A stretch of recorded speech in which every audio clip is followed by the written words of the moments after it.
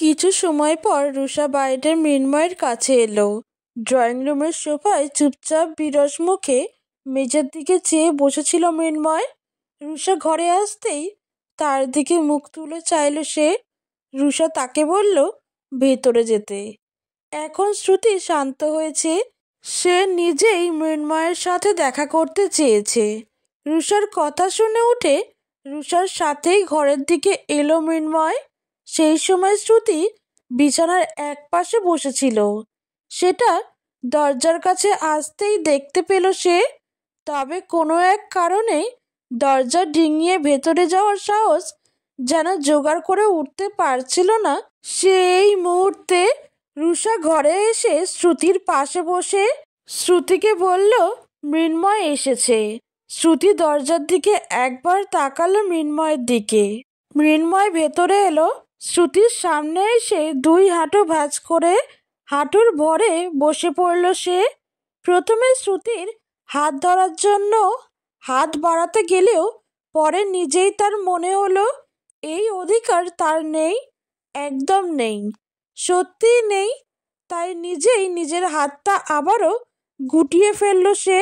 শ্রুতির সামনে হাত জোর করে ধরে আসা গলায় বলল সে, তোমার সাথে যা যা হয়েছে তার জন্য দায়ী আমিও। তোমার কাছে আমি অপরাধী, তবে কখনোই আমি তোমার উপর দয়া করিনি, করতে চাইও নি। সেই ক্ষমতাও আমার নেই।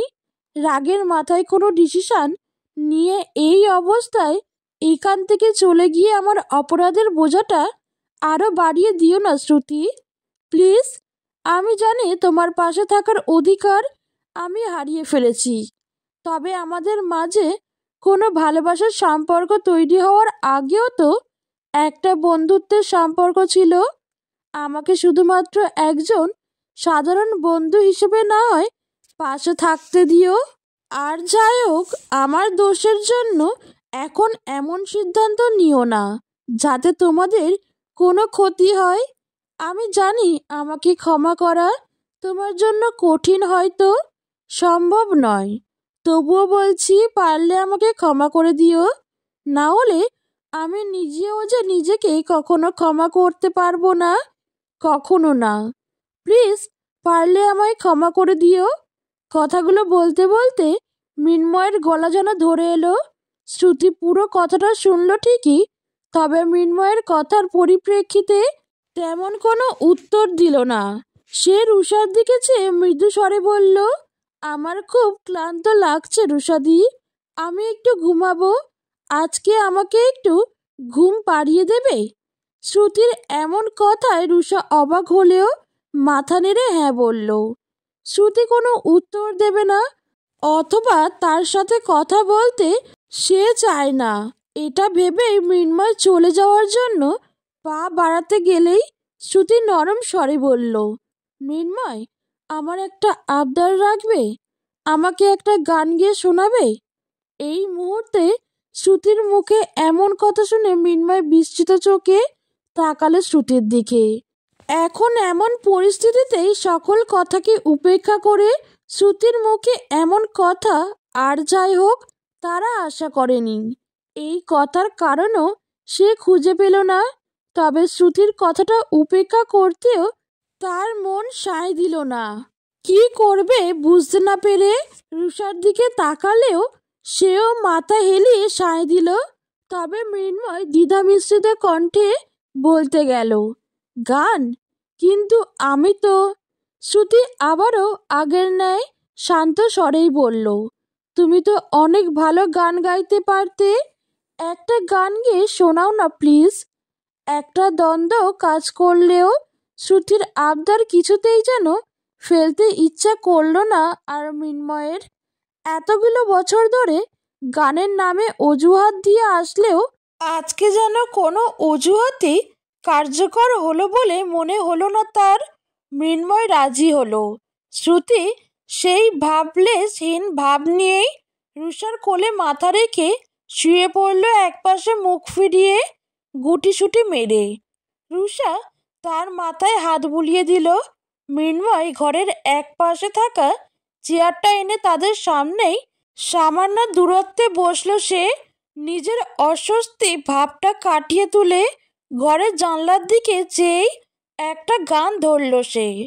কিছু কিছু কথা বসে আছে ভিজে, মিছিমিছি ব্যথা হয় নিজে নিজে।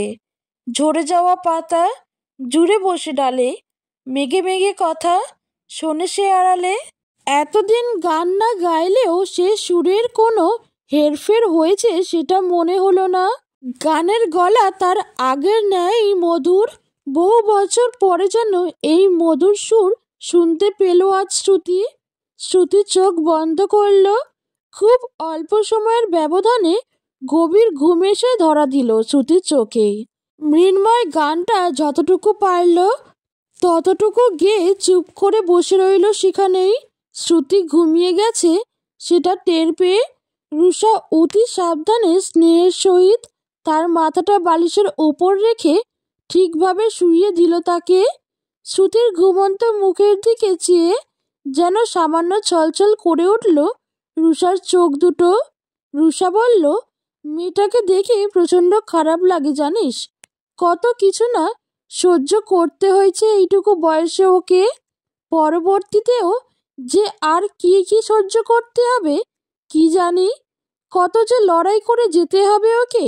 মৃন্ময় মৃদু দীর্ঘশ্বাস ফেলল, বলল, তবে আশা করব দিন শেষে ঠিকই ওর লড়াইটা ও জিততে পারবে। সহজে হেরে যাওয়ার মেয়ে ও নয়, আর জিততে ওকে হবেই। যা হোক, আমি এখন আসি, ওর খেয়াল রাখিস। মৃন্ময় উঠে দাঁড়ালো।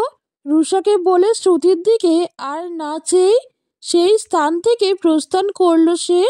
সাধারণ একটি সাজানো গোছানো ঘরের বিছানায় হালকা গোলাপি রঙের একটি ফ্রক পরে বসে আছে মিষ্টি একটা বাচ্চা মেয়ে। চুলগুলো তার দুদিকে ঝুঁটি বাঁধা।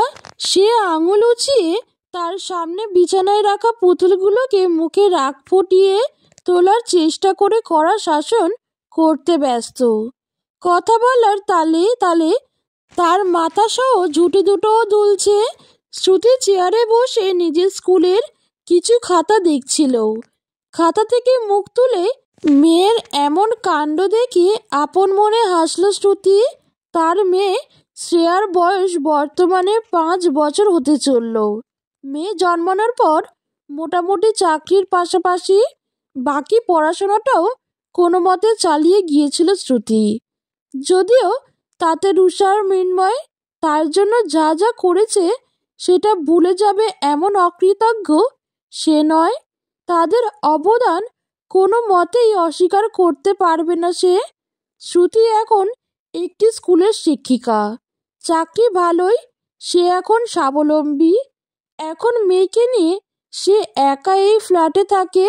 প্রায় 2 বছর হতে চলল। প্রায় বছর দেড়েক আগে রুষার বিয়ে হয়েছে আকাশের সাথে। রণজয়ের সাথে শ্রুতির ডিভোর্সের পালা শেষ হয়েছে প্রায় বছর 4 আগেই। সিঙ্গেল মাদার হয়ে উঠতে গেলেও এখন আমাদের সমাজে মেয়েদের খুব না হলেও কিছু অসুবিধার মুখোমুখি হতে হয়। শ্রুতিকেও পড়তে হয়েছিল।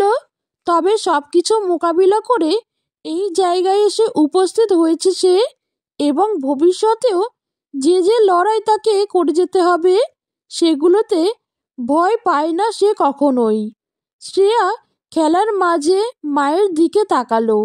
চোখ পিটপিট করে কিছু সময় গভীর পর্যবেক্ষণ করে মুখে একরাশ হাসি টেনে বলল, মা, তোমাকে আজ গোলাপি শাড়িতে খুব সুন্দর দেখাচ্ছে জানো। গোলাপ ফুলের থেকেও সুন্দর। শ্রুতি মেয়ের কথা শুনে তাই বলে হাসল। শ্রেয়া প্রায়ই এমন বলে। শ্রুতি সবসময়ই তার এমন কথা শুনে হাসে। বাচ্চা শ্রেয়া এখন ফ্যালফ্যাল চোখে মায়ের মুখের দিকে চেয়ে থাকে। এই ছোট্ট প্রাণটা জীবনে আসার পর থেকেই যেন পুরো জীবনটাই বদলে দিয়েছে শ্রুতির। এইসবের মাঝেই বাড়ির কলিং বেলের তীক্ষ্ণ আওয়াজ শোনা গেল। শ্রেয়া যেন অধীর আগ্রহে এটারই অপেক্ষা করছিল এতটা সময়।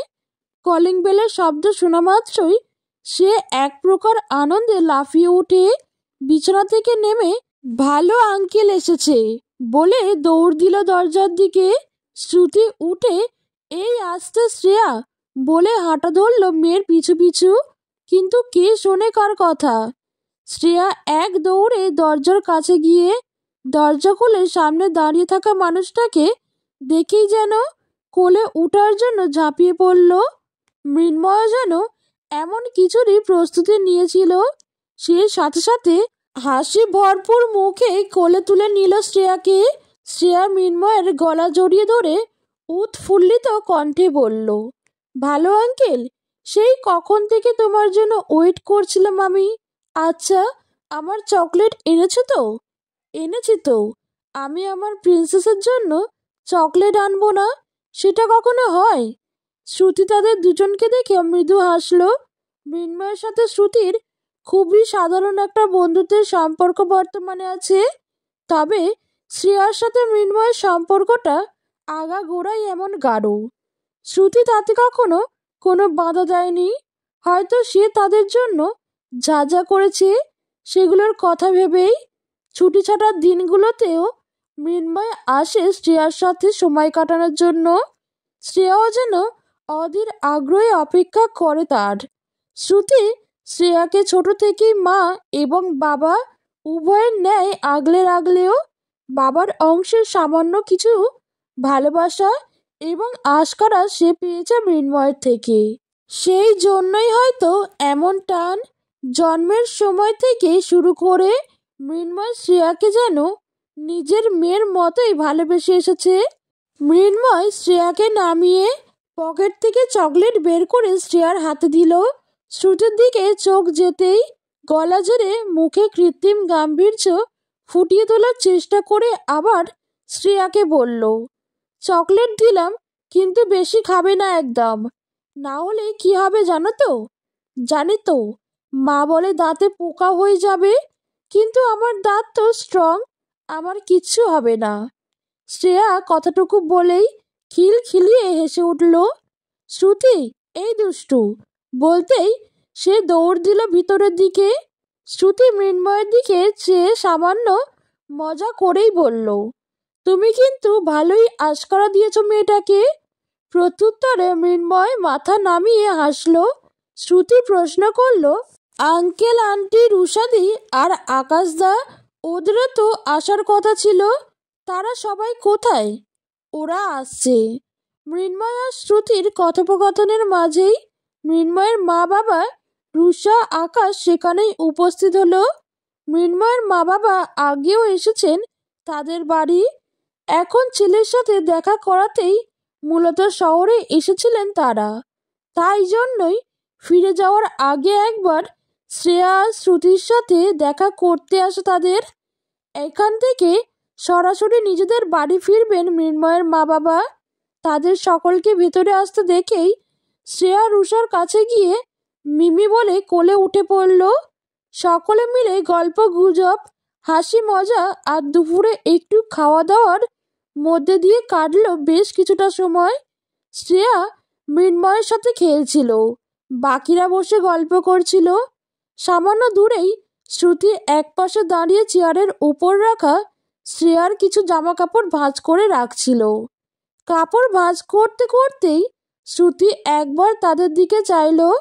মৃন্ময়ের মা উঠে এসে তাকে সাহায্য করতে চাইলে শ্রুতি জানালো, কয়েকটা তো জামা কাপড়, সে ভাঁজ করে নিতে পারবে।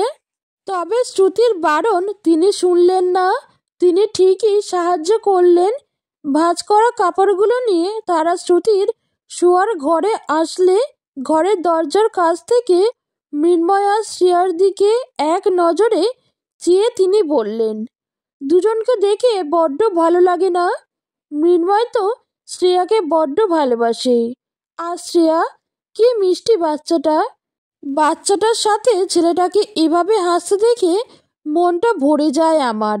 মনে হয় আমার নাতনির সাথেই যেন আমার ছেলেটা হাসছে, খেলছে।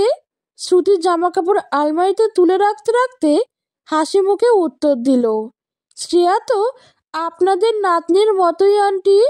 মৃন্ময়ের মা হ্যাঁ বলেই চুপ করলেন। আবার কি ভেবে যেন বললেন, এতটুকু বয়সেই কত কিছু ঘটে গেছে তোমার জীবনে, কিছুটা তো জানি আমরা কত কিছুই না সহ্য করেছো তুমি।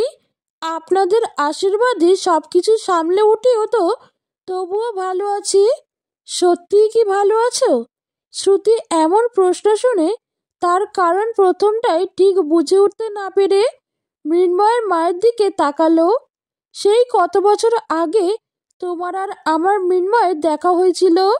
মৃন্ময় আমার কাছে খুব কম কথা লুকাতো তোমাদের প্রেমের কথা পরে, তাই মৃন্ময় ঠিকই আমায় একটু আধটু জানিয়েছিল।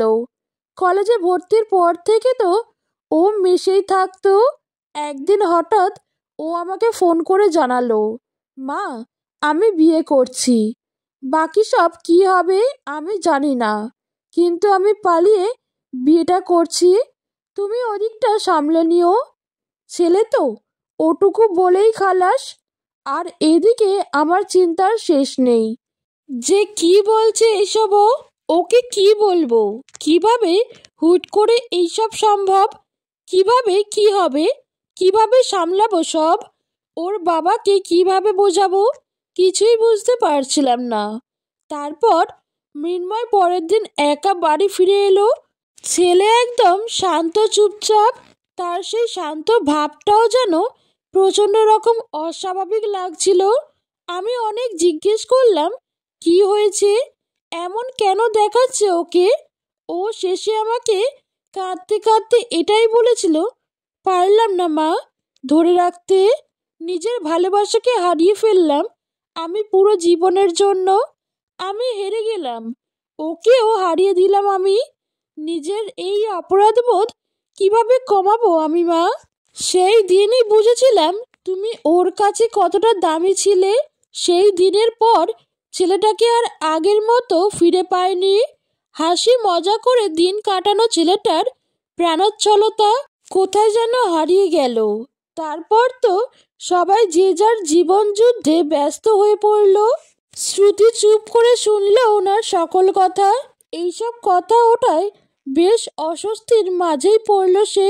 মৃন্ময়ের মা আবারও বললেন, একটা কথা বলছি, জোর করার বিষয় এটা যদিও নয়, জোর করবও না, তবে নতুন করে জীবন শুরু করার কথা ভাবো কি কখনো? তার এরূপ প্রশ্নে শ্রুতির অস্বস্তির মাত্রা যেন বেড়ে গেল প্রচণ্ড পরিমাণে। উত্তর নিজের কাছে স্পষ্ট হলেও মুখের ওপর বলতে হয়তো বাঁধল। তখনই শ্রেয়া ডাক দিল তাকে, মা মা বলে। শ্রুতির সাথে সাথেই আসছি, আমাকে ডাকছে বলে প্রসঙ্গটা সম্পূর্ণ উপেক্ষা করে চলে গেল। সেই স্থান থেকে শ্রুতির মুখে কোনো উত্তর না বললেও তার ভাবভঙ্গিতে উত্তরটা ঠিকই যেন পরিষ্কারভাবে ধরা দিল মৃন্ময়ের মায়ের কাছে। তিনি হতাশ নিঃশ্বাস ফেলে বাইরে এলেন। এই বিষয়ে আর কথা উঠল না। আরও কিছুটা সময় পর হাসপাতালে কাজ থাকায় আকাশ রওনা দিল সেখানে। মৃন্ময়ের মা বাবার বাড়ি ফেরার সময় এলে বাকি সকলে মিলেই তাদের দুজনকে স্টেশন অবধি পৌঁছে দিয়ে আবার শ্রুতিদের বাড়িতে ফিরল। বিকেল হয়েছে সবে। মৃন্ময়ের বাবা মাকে স্টেশন অবধি এগিয়ে এসে শ্রুতি, রুষা, মৃন্ময় নিজেদের মাঝে কথা বলছিল। তখনই শ্রেয়া একটা আঁকার খাতা হাতে ছুটে এলো তাদের কাছে। খাতাটা শ্রুতির হাতে দিয়ে উৎসাহিত কণ্ঠে বলল, মা, মা, এটা দেখো, তোমাদেরকে তো এটা দেখাতেই ভুলে গিয়েছিলাম। শ্রুতি খাতাটা হাতে নিল। সাদা পাতার উপর রং পেন্সিল দিয়ে কাঁচা হাতে আঁকা একটা ছবি। ছবিতে দেখা যাচ্ছে শাড়ি পরিহিত কোনো রমণীর হাত ধরে আছে একটি বাচ্চা মেয়ে। ছবিটা শ্রেয়ার আঁকা। সে যে ছবিটায় কাঁধে চিত্র ফুটিয়ে তুলতে চেয়েছে সেটাও বেশ বুঝেছে শ্রুতি। মৃন্ময় আর রুষাও ছবিটার দিকে তাকালো। শ্রেয়া আগের নাই বলল, কালকে স্কুলে ম্যাম আমাদের নিজেদের ফ্যামিলি মেম্বারদের আঁকতে বলেছিল এবং বলেছিলেন সকলকে ফ্যামিলি সম্পর্কে কিছু বলতে। আমি এটা এঁকেছি। ম্যাম আমাকে জিজ্ঞেস করেছিলেন, এ কি, তুমি আর মা, বাবা কোথায়? আমি আঙুল দিয়ে তোমাকেই দেখিয়েছি। আর কি বলেছি বলো তো? শ্রুতি শ্রেয়ার গালে আলতোভাবে হাত রেখে মৃদু স্বরে বলল, কি বলছো মা? আমি বলেছি যে তুমি থাকতে আমার বাবার কোনো প্রয়োজন নেই। তুমি হলে আমার মা, বাবা দুজনই। তুমি একাই 100। তুমি তো আমার সুপার ওমেন। শেষের কথাটা বলে শ্রেয়া খানিকটা লাফিয়েই উঠল। শ্রুতি শ্রেয়াকে জড়িয়ে ধরল। মেয়েটা ছোট হলেও বুদ্ধিমতী, কিভাবে যেন অনেক কিছু বুঝে ফেলে। একটু বুদ্ধি হওয়ার পরেই তার বাবার কথা সে আগে জিজ্ঞেস করত। তখন শ্রুতি কি বলবে বুঝতে না পেরে কথাটা এড়িয়ে যাওয়ার চেষ্টা করত। তবে তারপর তাকে বলা হয়েছিল যে তার বাবা তাদের থেকে আলাদা থাকে, দূরে থাকে। তার সাথে তার বাবার কোনো সম্পর্ক নেই। তার মাই হলো তার মা, বাবা দুটোই। সম্পর্কের এত শত মারপ্যাচ তার বোঝার কথা না। কথাটা সে কতটা বুঝেছিল জানা নেই, তবে সে আর কথা বাড়ায়নি। মেনে নিয়েছিল যে তার মাই তার বাবা এবং মা তার মাই তার সব। মৃন্ময় তাদের দুজনের দিকে চেয়েছিল এতটা সময়। তাদের দিকে চেয়ে অন্যমনস্ক হয়ে বিড়বিড় করে আপন মনে প্রশান্তের নিঃশ্বাস টেনে বলে ফেলল সে, তুমি সত্যিই এখন সবটা একাই সামলে নিতে পারবে শ্রুতি। অবশ্য আগেও পেরেছ। আমার কোনো চিন্তা নেই এই নিয়ে, মনে কোনো দ্বিধাও নেই। মৃন্ময়ের ধ্যান ভাঙল রুষার মৃদু ধাক্কায়। রুষা প্রশ্ন করল, কি রে, কি বিড়বিড় করছিস? মৃন্ময় সামান্য হকচকিয়ে উঠল, বলল, না কিছু না। শ্রুতি বিষয়টা লক্ষ্য করেই শুধালো, তুমি কি কিছু বলবে মৃন্ময়? মৃন্ময় হয়তো কিছু বলতে চাইল, কিন্তু শেষ পর্যন্ত ঠিক বলে উঠতে পারল না। বলা ভালো শ্রেয়ার মুখের দিকে চেয়ে এখনই কিছু বলার সাহস জুগিয়ে উঠতে পারল না সে। বড়দের এইসব কথোপকথনের মাঝেই শ্রেয়া দেওয়ালে টাঙানো ঘড়ির দিকে তাকালো। সে এখন ঘড়িতে সময় দেখতে শিখেছে। বড় আর ছোট কাঁটা দেখে সময় বলতে পারে। শ্রেয়া কিছু সময় ঘড়ির দিকে চেয়ে ঘড়ির কাঁটাগুলোকে গভীর পর্যবেক্ষণ করে সময় অনুমান করে মৃন্ময়কে বলল, ভালো আঙ্কেল, তুমি আমাকে বলেছিলে আগের দিন যে আজকে পার্কে ঘুরতে নিয়ে যাবে। কখন যাবে? শ্রুতি বলল, আজকে সবাই অনেক টায়ার্ড তো। ভালো আঙ্কেলও টায়ার্ড। অন্যদিন পার্কে ঘুরতে নিয়ে যাবে শ্রেয়া, আমি তোমায় নিয়ে যাব। আজকে অযথা জেদ করো না। শ্রেয়া জেদ করল না, তবে মন খারাপ করলো। ব্যাপারটা তার মুখ দেখেই বোঝা গেল। মৃন্ময় সাথে সাথেই শ্রেয়াকে কাছে টেনে বলল, আরে কিসের টায়ার্ড? আমি আমার প্রিন্সেসকে কথা দিয়ে কথা রাখবো না? এমনটা কখনো হয়েছে? আমরা পার্কে যাব তো ঘুরতে এখনই। শ্রেয়ার মুখটা আনন্দে ঝলমল করে উঠল। শ্রুতি হয়তো সংকোচ বোধ করে কিছু বলতে গেল, তবে রুষা তাকে বাধা দিয়ে দিল, দিও না, বাচ্চা মানুষ, শুধু শুধু মন খারাপ করবে। আর ঘুরে এসোই না একটু তোমরা গিয়ে ক্ষতি কি? আমিও তো বেরোবো বাড়ি ফেরার জন্য। একসাথেই বেরোই তবে আমরা। আমি বাড়ির দিকে চলে যাব, তোমরা পার্কে চলে যেও। শ্রুতি উপায়ান্তর না পেয়ে মাথা নেড়ে বলল, বেশ ঠিক আছে। বাড়ি থেকে বেরোনোর সময় দরজার কাছে দাঁড়িয়ে শ্রুতি রুষাকে বলল, এখনই চলে যাচ্ছ? আমাদের সাথে একটু ঘুরে এসে তারপরেও তো ফিরতে পারতে।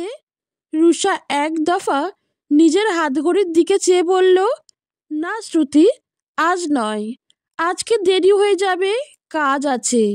আমি তো আসবই, আবার অন্যদিন একসাথে ঘুরতে যাব শ্রেয়াকে নিয়ে। কি শ্রেয়া, চলবে তো? শ্রেয়া বাধ্য মেয়েটির মতো মাথা দোলালো। রুষা হুট করে শ্রুতিকে প্রশ্ন করল, তোমার মা বাবা তোমার সাথে কথা বলতে চেয়েছিল না কিছুদিন আগে? কথা হয়েছে? শ্রুতি দরজাটা বাইরে থেকে আটকে রুষার দিকে ঘুরে বলল, হ্যাঁ কথা হয়েছে। ক্ষমা চাইছিল তারা সেই সময় আমার পাশে থাকতে পারিনি তাই, বা যা যা অন্যায় আমার সাথে তারা করেছে সেগুলোর জন্য।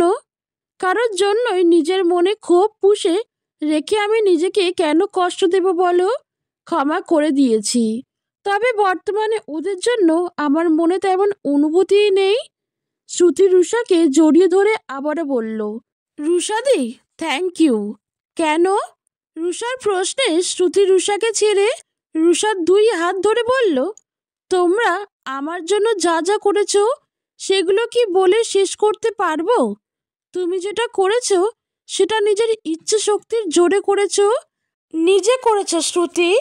যেই সময়ে আমার মা বাবাই আমার পাশে ছিল না, সেই সময়টাই তোমরা আমার পাশে এসে দাঁড়িয়েছিলে।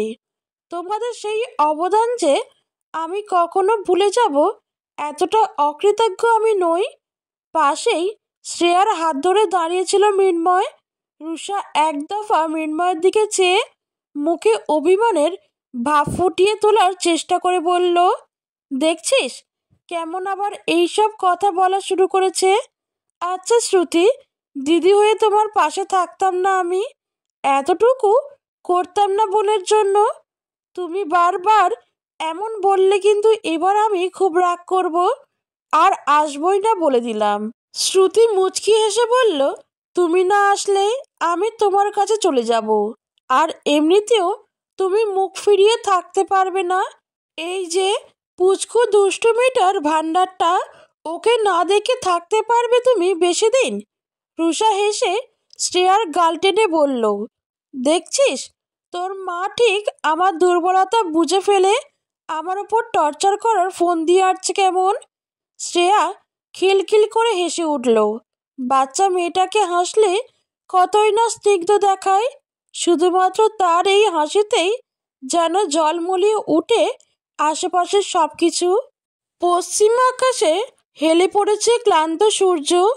এখনো চারিপাশে পরিপূর্ণ হয়ে রয়েছে সূর্যের নিস্তেজ আলোয়। মৃদুমন্দ হাওয়া বইছে। পার্কের একটি দোলনায় বসে আছে শ্রেয়া। মৃন্ময় তার পেছনে দাঁড়িয়ে তাকে দোলাচ্ছে। চারপাশে আরো কিছু বাচ্চাদের ভিড়। কোথাও বা কোনো কপতি হাতে হাত ধরে হাঁটছে, কেউ বা নিজেদের সুখ দুঃখের কথা ভাগাভাগি করে নিতে ব্যস্ত। তুমি আমাকে গিটার বাজানো শেখাবে ভালো আঙ্কেল? প্লিজ, আমিও তোমার মতো গিটার বাজিয়ে সুন্দর করে গান করব। শ্রেয়ার প্রশ্নের উত্তর মৃন্ময় বেশ স্বাভাবিক স্বরেই দিল, আর একটু বড় হও, তারপরে শিখবে কেমন? শ্রেয়া ঠিক আছে বলে চুপ করে আবারও বলল, আচ্ছা ভালো আঙ্কেল। তুমি আর মা তো একে অপরকে সেই স্কুল লাইফ থেকে চেনো, তার মানে তো তোমরা অনেক ভালো বন্ধু, তাই না? মৃন্ময় একটা দীর্ঘশ্বাস চেপে ফেলে ছোট করে উত্তর দিল, হ্যাঁ। আচ্ছা মা, কি তখন খুব কাঁদুনে ছিল, যেমন অন্যান্য কিছু বাচ্চারা হয়, কথায় কথায় ভ্যা ভ্যা করে কান্না জুড়ে বসতো, নাকি তখনও রাগী টিচার টাইপ ছিল, একটু এদিক ওদিক হলেই পিঠে ধুমধাম বসিয়ে দিত? শ্রেয়ার এমন প্রশ্নে মৃন্ময় হেসে ফেলল। শ্রেয়ার দিকে ঝুঁকে মজার সুর টেনেই বলল, আগের কথা তো জানি না, কিন্তু তোমার এইসব কথা শুনলে তোমার মাম্মা এখন এসে আমাদের দুজনের পিঠে দুমদাম বসিয়ে দিতে পারে। শ্রেয়া প্রচণ্ড আগ্রহ দেখিয়ে বলল, উফ, বলে না মা কেমন ছিল, কাঁদুনে নাকি ব্রেভ নাকি ভীতু? সে প্রচণ্ড সাহসী ছিল, ঠিক যেমন সে এখন। ভীতু তো আসলে আমিই ছিলাম। শেষের কথাটা বলার সময় মৃন্ময়ের মুখটা সামান্য মলিন দেখালো। তুমি ভীতু ছিলে? সত্যি? আমার মা প্রচণ্ড ব্রেভ গার্ল ছিল, একদম আমার মতোই ব্রেভ। শ্রেয়ার কৌতূহলী কথায় হেসে ফেলা মৃন্ময় বলল, হ্যাঁ, একদম তোমার মতোই ব্রেভ। তাদের কথার মাঝে শ্রুতি এসে উপস্থিত হলো সেখানে। ভ্রু উঁচিয়ে তাদেরকে প্রশ্ন করল সে, কি ব্যাপার, কি কথা চলছে? শ্রেয়া আর মৃন্ময় একে অপরের দিকে একবার তাকিয়ে আবার শ্রুতির দিকে তাকালো। দুজনেই ঘাড় মৃদু উঁচিয়ে বলল, কই, কিছুই তো না। শ্রুতি সরু চোখে তাকালো তাদের দিকে। তারা হেসে উঠল। শ্রুতিও সেটা দিকে দুদিকে সামান্য মাথা নাড়িয়ে হাসল মৃদু। পার্কে আর কিছুটা সময় থেকেই বাড়ি ফেরার জন্য পা বাড়ালো তারা। আসার সময় পাশেই পার্কে এক ব্যক্তির উপর চোখ পড়ল শ্রুতির। ব্যক্তিটা রণজয়। রণজয়ও তাকালো শ্রুতিদের দিকে। পাশে শ্রেয়া আর মৃন্ময়ের দিকেও তাকালো সে ঠিকই। ছোট্ট শ্রেয়ার দিকে চোখ পড়তে মুখে কেমন যেন বিরসতা ফুটে উঠল তার। হয়তো এত বছর পরে নিজের মনে মনে সামান্য হলেও অনুতাপ অনুভব করল সে। তবে এর ব্যতীত আর কোনো ঘটনাই ঘটল না। শ্রুতির সামনের দিকে চেয়ে শ্রেয়ার হাত আরেকটু শক্ত করে ধরে হেঁটে বাইরে চলে এলো। রণজয়ের সাথে একটা মেয়ে ছিল। মেয়েটা খুব সম্ভবত রণজয়ের বর্তমান স্ত্রী। তবে মেয়েটা অদিতি নয়। শুনেছিল অদিতির সাথে তার সম্পর্কটাও নাকি খুব বেশি দিন টেকেনি। শ্রুতি আর রণজয়ের ডিভোর্সের পরপরই তাদেরও সম্পর্ক ভেঙে গিয়েছিল। ভেঙেছিল অদিতি, তাও আবার অন্য কোনো পুরুষের জন্য। আর তারপর তারপর শোনা গিয়েছিল সেই পুরুষের চক্করেই কি একটা যেন অপরাধে যুক্ত থাকার কারণে জেলে পর্যন্ত যেতে হয়েছিল অদিতিকে। ব্যাপারগুলো হাস্যকর শোনালেও সত্যি। এটাকেই বোধহয় বলে রিভেঞ্জ অফ নেচার। সে যা হোক, পরে হয়তো সেই মেয়েটাকে বিয়ে করেছিল রণজয়। হতেও পারে, আবার নাও। তবে এইসব জানার কৌতূহল অবশ্য শ্রুতির এখন নেই। আর না তাদের নিয়ে ভাববার ইচ্ছা তার আছে। শ্রুতির ভাবনা এখন কেবল নিজেদের মাঝেই সীমাবদ্ধ, নিজের এবং নিজের সন্তানের ভালো থাকার মাঝে।